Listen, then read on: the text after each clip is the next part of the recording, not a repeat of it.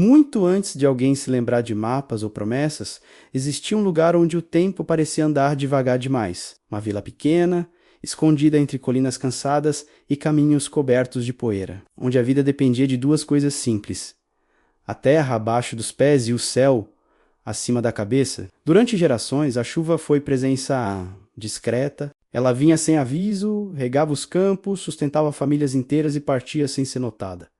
Ninguém agradecia, afinal, parecia eterna. Mas um dia, quase sem alarde, ela deixou de vir. No início foi apenas uma estação seca. Depois outra, até que os anos passaram e o céu se tornou um vazio azul, imóvel e indiferente. Os poços se transformaram em buracos rachados. Os campos, antes vivos, perderam o verde e endureceram, como se a própria terra estivesse exausta de esperar. O medo começou a acordar antes do sol. Não era mais sobre plantar ou colher, mas sobre sobreviver. As conversas mudaram de tom. Onde antes havia planos, agora havia silêncio. Onde existia esperança, nasceu a dúvida. Entre todos aqueles agricultores havia um homem de poucas palavras. Mesmo com as mãos cobertas de poeira e o coração pesado, ele continuava trabalhando sua terra, não por fé, mas por hábito. Em casa, o esperava uma filha pequena, de olhar atento e serenidade incomum. Todas as tardes ela observava o pai chegar com os ombros caídos. E todas as noites, antes de dormir, fazia a mesma pergunta: a chuva vem amanhã? Ele sempre respondia da mesma forma que só Deus sabia. Não era uma resposta cheia de esperança, mas de cansaço. Ainda assim, a menina aceitava aquelas palavras com uma tranquilidade que ele já havia perdido. Enquanto a seca avançava, algo ainda mais profundo começava a secar dentro das pessoas. A confiança. Com o passar dos dias, a seca deixou de ser apenas falta de água e se transformou em um peso invisível sobre a vila. Um silêncio espesso tomou conta das ruas,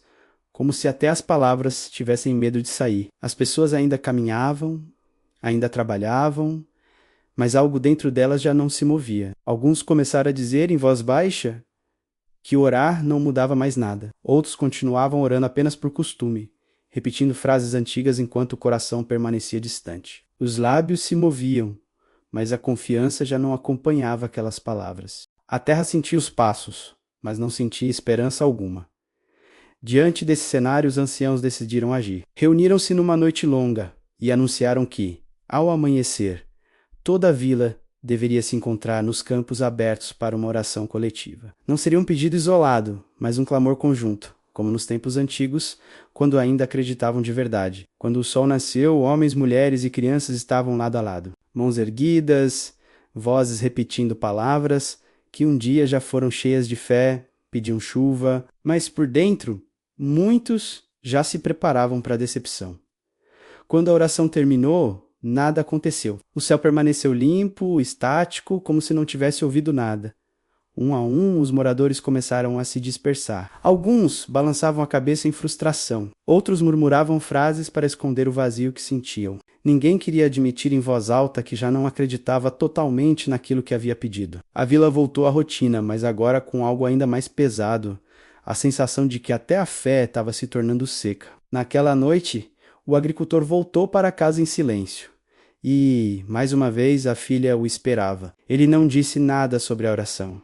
Ela também não perguntou, apenas o observou, como se enxergasse algo que os adultos já não conseguiam ver. Na manhã seguinte, o agricultor se levantou, como sempre. Preparou-se para mais um dia no campo, movido mais por necessidade do que por esperança. Ao abrir a porta, porém, algo o fez parar. Sua filha estava ali, em pé, segurando um guarda-chuva velho. Daqueles esquecidos no fundo da casa, gasto pelo tempo e quase sem cor. Ele sorriu, confuso, olhou para o céu limpo, sem uma única nuvem, e perguntou por que ela havia levado aquilo. A menina levantou os olhos com uma calma que não combinava com a sua idade e respondeu com simplicidade. Disse que, no dia anterior, todos haviam pedido chuva e que se realmente acreditavam no que tinham pedido, então a chuva viria. Ela apenas estava se preparando para a resposta. Aquelas palavras não soaram como imaginação infantil, soaram como verdade. O agricultor não respondeu, apenas começou a caminhar ao lado dela em direção aos campos, carregando dentro de si algo que havia muito tempo não sentia. No meio do caminho, O vento mudou. O ar ficou diferente, mais fresco. Ele ergueu os olhos e percebeu nuvens se formando lentamente, como se o céu estivesse, enfim, despertando. Uma gota caiu. Depois outra. Em poucos instantes, a chuva desabou sobre a terra sedenta. O homem parou, imóvel, sentiu a água misturar-se às lágrimas que escorriam sem que ele percebesse. Não era apenas chuva, era alívio, era resposta, era reconexão. As portas da vila se abriram de uma vez. Pessoas correram para fora, rindo, chorando, erguendo as mãos em gratidão. A água penetrava o solo ressecado, e os campos pareciam respirar novamente. No meio de tudo isso, a menina abriu seu guarda-chuva, não para se proteger, mas como um gesto silencioso de fé. A partir daquele dia, a vila nunca mais foi a mesma. Não apenas porque a chuva voltou, mas porque algo dentro das pessoas havia despertado. Elas entenderam que palavras ditas sem confiança são apenas som levado pelo vento. Que fé verdadeira não é pedir esperando o pior, mas se preparar para a resposta antes mesmo que ela chegue. Os campos voltaram a ganhar cor, os poços se encheram e a vida retomou seu ritmo. Mas mais importante do que a colheita foi a memória que permaneceu viva. Sempre que nuvens surgiam no horizonte, os mais velhos sorriam e lembravam da menina que levou um guarda-chuva quando ninguém mais acreditava que a chuva viria. Essa história nunca foi apenas sobre seca, chuva ou agricultura. Ela fala sobre postura interior, sobre quantas vezes pedimos algo, mas já nos organizamos para a decepção, não para a resposta. Sobre como a verdadeira fé não mora apenas nas palavras, mas nas atitudes silenciosas que tomamos enquanto o céu ainda parece limpo.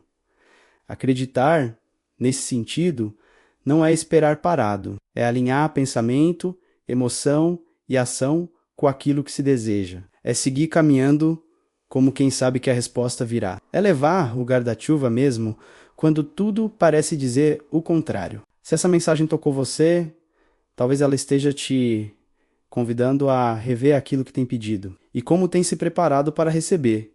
Porque acreditar de verdade não é apenas pedir, é se mover como quem já confia no que está por vir.